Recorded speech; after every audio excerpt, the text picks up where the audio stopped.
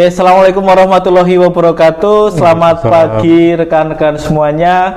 Hari ini kita kembali lagi di dalam podcast pendidikan dari PKY SD Kota Semarang. Nah, hari ini kita kedatangan tamu spesial yang kemudian sudah tidak asing lagi di dunia pendidikan Kota Semarang, yaitu Bapak kita yaitu Bapak Gunawan Saptogiri. Beri tepuk tangan dulu buat Pak Gunawan Saptogiri. Ya. Hari ini alhamdulillah juga banyak sekali rekan-rekan yang kemudian bergabung bersama dengan kita semuanya.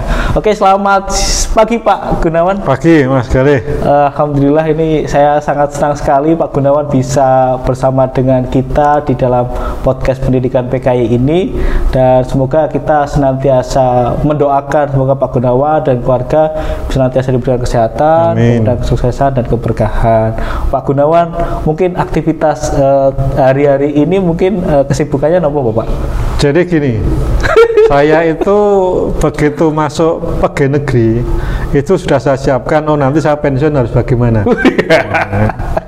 Jadi saya yang jelas begitu saya masuk pegawai negeri saya sudah punya buat kos-kosan. Itu waktu dulu di depan Unika yang dulu masih belum pada ada, kita sudah dulu di sana. Zaman dulu kita harganya masih tanah murah, dan uangnya juga kita pun juga pinjam-pinjam juga, dalam arti kan pegawai negeri kan harus pinjam kan gitu.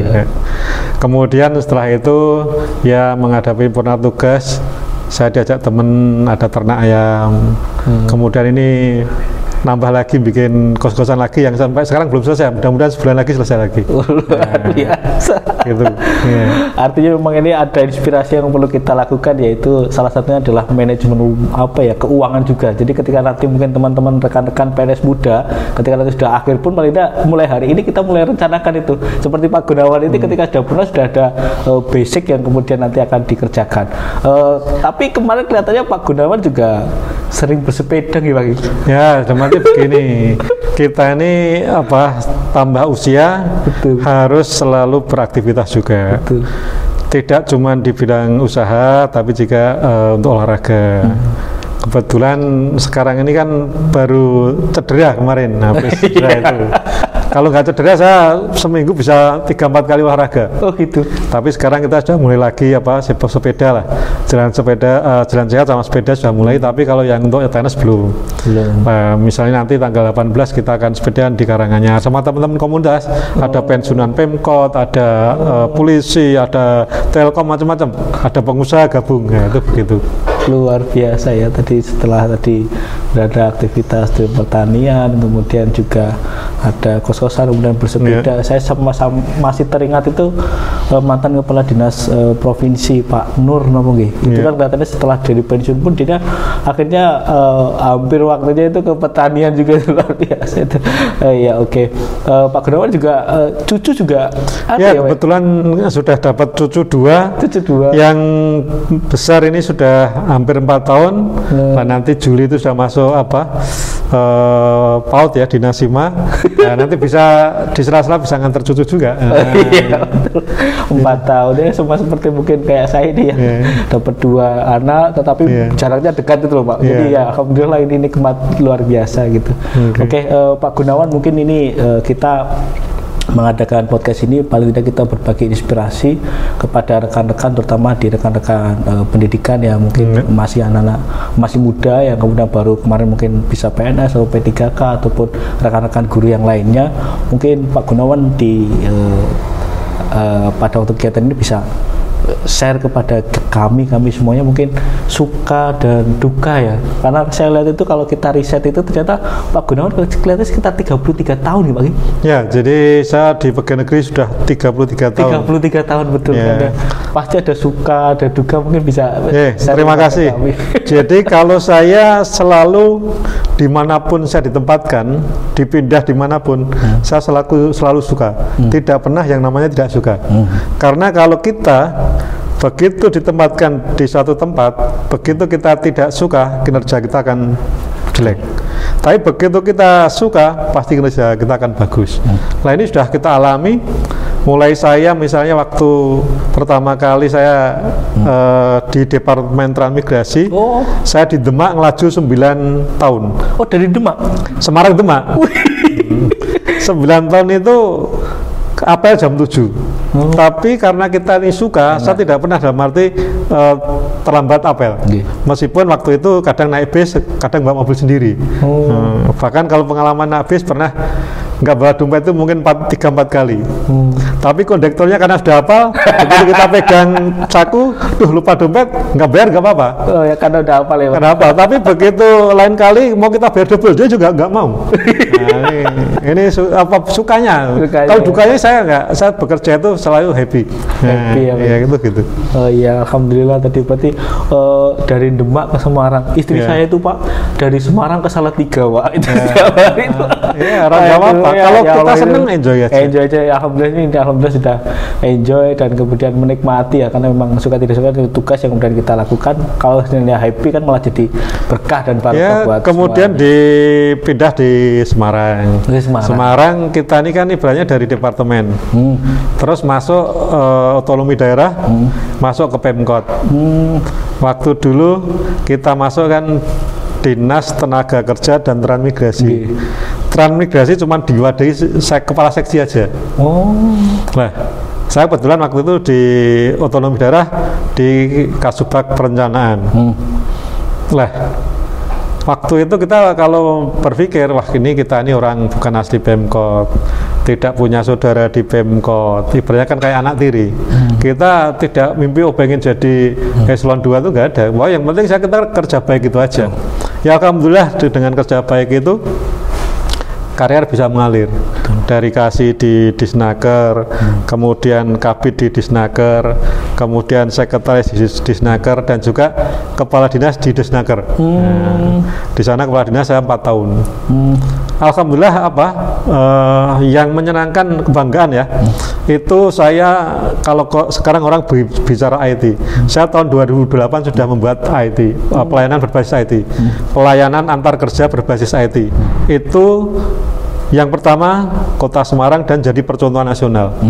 Gara-gara itu saya bisa pergi ke Jepang, kan kerjasama dengan JICA, staf saya juga bisa ke Jepang. Lah ya gara-gara itu ya akhirnya kita dikenal Pak Wali, dikenal Pak Sekda itu. Jadi mulanya begitu. Makanya itu bisa jadi kepala dinas di Disnaker itu sekitar 4 tahun. Nah, itu ISO pertama kali di Kota Semarang ya cuman Disnaker pertama kali itu gitu. Jadi kebanggaan. Habis di sana 4 tahun pindah ke Dinas Lingkungan Hidup, hal baru lagi. Tapi yang namanya saya di sana, yang namanya kita Piala Adipura, yang namanya Bupati Wali Kota, dapat penghargaan apapun, tapi kalau tidak dapat Adipura itu hambar, karena itu prestis. Alhamdulillah saya di sana 4 tahun 4 kali berturut-turut dapat Piala Adipura. Luar biasa sekali. Tapi habis saya pindah ke distrik, Adipura lepas. Ya, yang dinamika itu. Ya gantikan saya cuma 9 bulan karena lepas diganti lagi. Alhamdulillah kita di distrik juga belajar baru lagi. Ini ada penghargaan Ki Hajar. Yang waktu dulu kita di distrik belum pernah dapat, ikut tapi nggak pernah dapat. Tapi alhamdulillah setelah saya di sana kita Pak Wali dapat penghargaan anugerah Ki Hajar. Alhamdulillah. Nah itu berkah untuk saya, karena apa? Yaitu tadi kita mencintai pekerjaan selain prestasi-prestasi yang lain yang ada di distrik, di DLH maupun di Disnaker. Oke, paparan tadi itu memang sangat saya rasakan ketika saya menjadi guru di Kota Semarang, dan kayak gebrakan-gebrakan Bapak tentang penilaian kenaikan angka kredit itu sangat saya terasa buat saya. Terus kemudian berkaitan dengan CKS juga, rekrutmennya kan itu juga luar biasa. Kita hampir wawancara itu beberapa kali fase dan segala macam itu. Kemudian tentang reformasi pelayanan, kemudian juga ada tentang bagaimana kesejahteraan non ASN itu. Pada waktu itu kan saya masih ingat betul, saya ikut dalam kunjungan kerja dari Kota Serang. Nah waktu itu kan juga ternyata sana juga memberikan apresiasi luar biasa berkaitan dengan kinerja pendidikan di Kota Semarang ini. Jadi saya kira luar biasa sekali apa yang kemudian sudah Pak Gunawan sampaikan, dan ini menjadi menjadi inspirasi buat kita semuanya berkaitan dengan ke depan. Terutama hari ini mungkin kita juga akan banyak berbicara tentang PPDB juga. Ya. Nah, ini PPDB dengan model zonasi modifikasi ini kan juga salah satu terobosan juga dari Pak Gunawan untuk memecah dari itu juga luar biasa juga, dan ini bisa menjadi inspirasi buat kita semuanya. Itu. Tapi mungkin dari 33 tahun itu kalau seandainya Pak Gunawan bercerita satu hal, ada nggak momen yang paling menarik sekali ataupun menyentuh hati Pak Gunawan ketika Bapak mungkin bekerja di Pemkot Kota Semarang ini? Saya selalu tersentuh manakala saya menangani warga miskin. Itu tidak cuma di Disnaker, tapi juga di Delha dan juga di Dinas Pendidikan. Pada waktu saya di Disnaker Tran, itu tentunya menangani transmigrasi, itu warga miskin yang kita tangani. Bagaimana pada saat itu kita kan ada semacam kuota target untuk memberangkatkan sekian kakak. Dulu kan ada kanwil, kita suruh, Mas ini kurang. Hari itu, malam itu saya harus cari. Padahal besok berangkat. Nah, itu saya ke rumah orang yang tadinya dibujuk nggak mau ikut transmigrasi. Begitu saya datang, saya ngomong, akhirnya dia ikut dan langsung tak angkut. Jadi saya bawa kijang itu langsung ikut itu. Langsung saya masukkan ke transit itu gitu. Jadi masalah warga miskin. Kalau di Delha gimana? Di Delha itu banyak petani-petani mangrove kita itu yang memang sebetulnya dia kan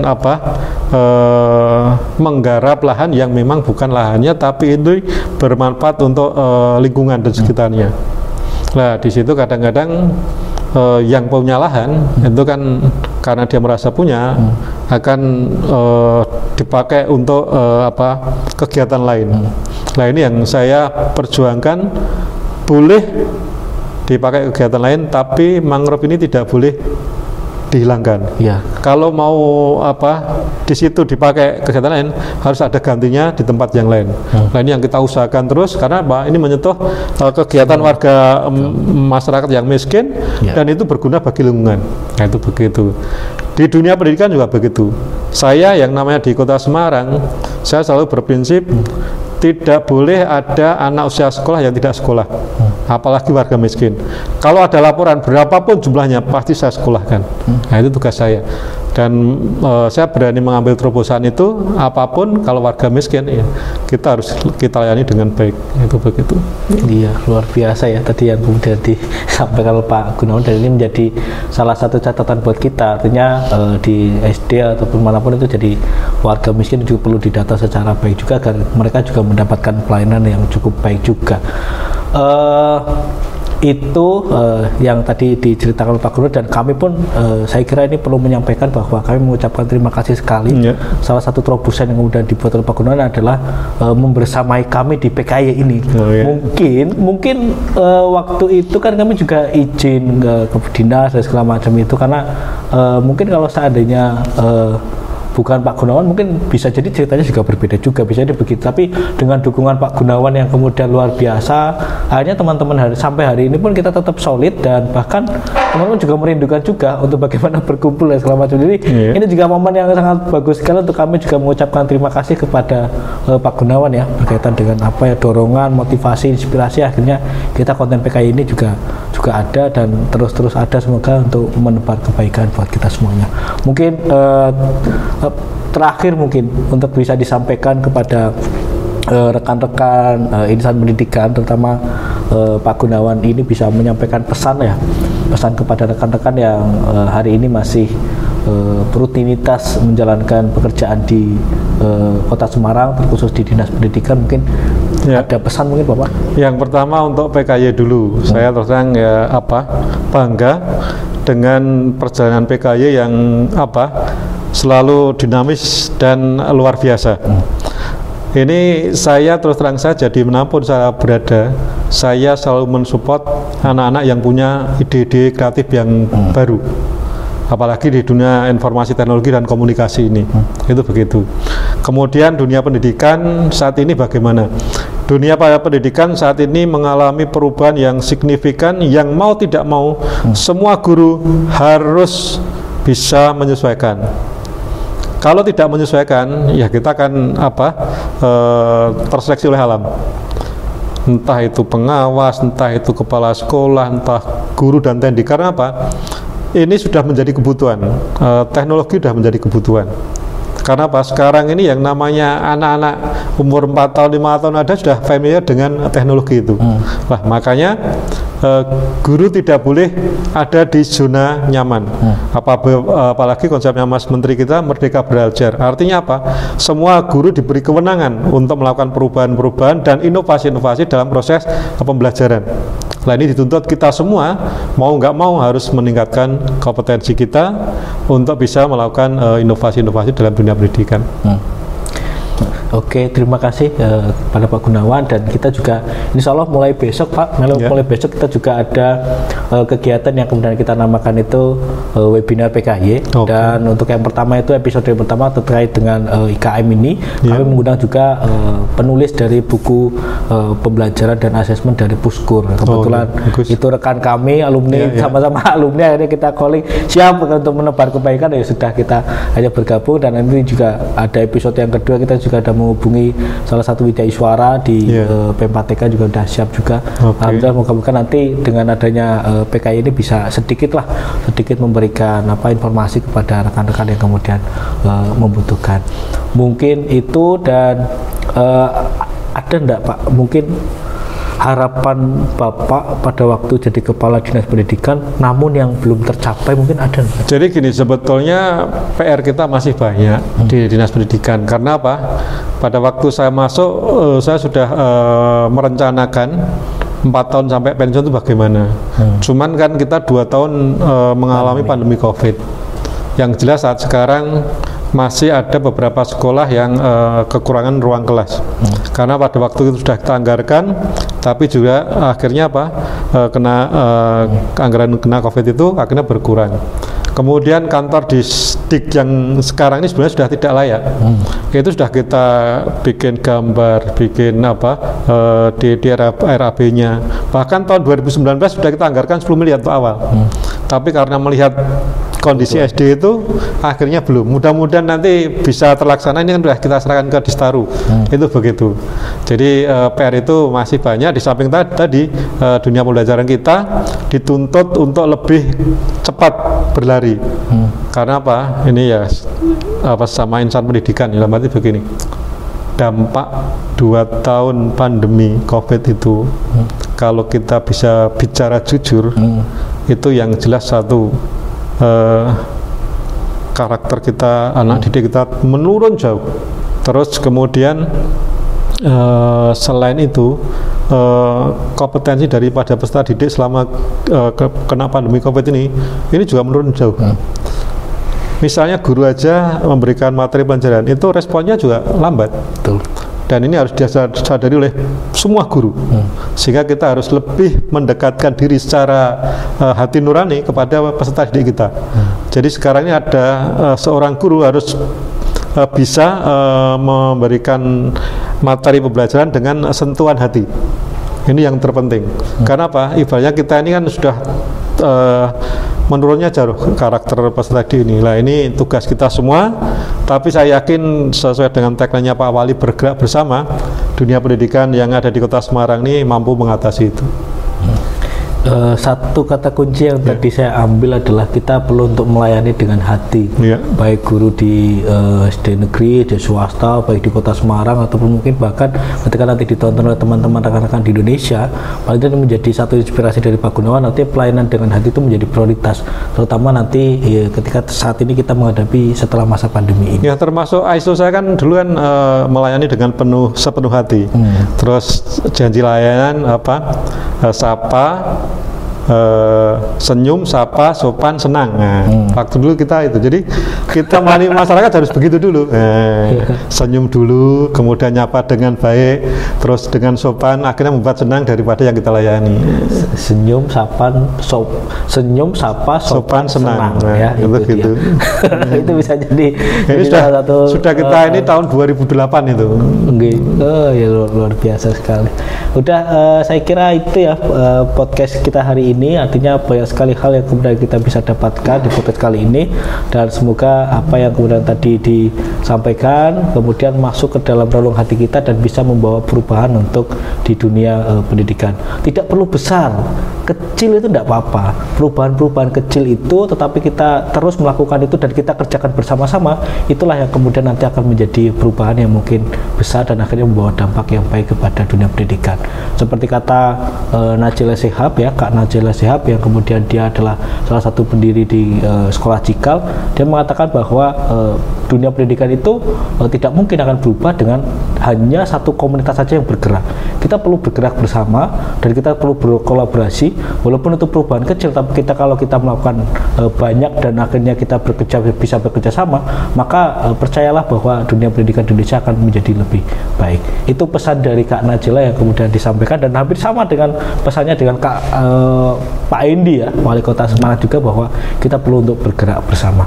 Jadi itu intinya, dan insya Allah PKY juga akan senantiasa berkolaborasi dengan siapapun itu, dan moga-moga konten ini atau platform ini bisa menjadi perekat silaturahmi antar rekan-rekan guru terutama di Kota Semarang untuk seringlah ataupun senang dalam berbagi, dalam meningkatkan kompetensi dalam dirinya. Mungkin itu Pak Gunawan. Yang terakhir mungkin ada yang sampaikan. Cukup. Ya, salam untuk semua saja keluarga besar Dinas Pendidikan Kota Semarang. Yuk bareng-bareng memajukan pendidikan yang ada di Kota Semarang ini sehingga Semarang bisa semakin hebat. Terima kasih, matur suwun. Wassalamualaikum warahmatullahi wabarakatuh. Waalaikumsalam warahmatullahi wabarakatuh. Beri tepuk tangan dulu. Oke, rekan-rekan semuanya, tadi kita sudah berdiskusi bersama dengan Pak Gunawan, dan nantikan podcast-podcast kita selanjutnya dengan tema-tema yang menarik dan juga mungkin dengan narasumber-narasumber yang menarik juga. Nantikan podcast kita di podcast pendidikan PKY Pembelajaran SD Kota Semarang. PKY semakin OE. Terima kasih. Oke, terima kasih.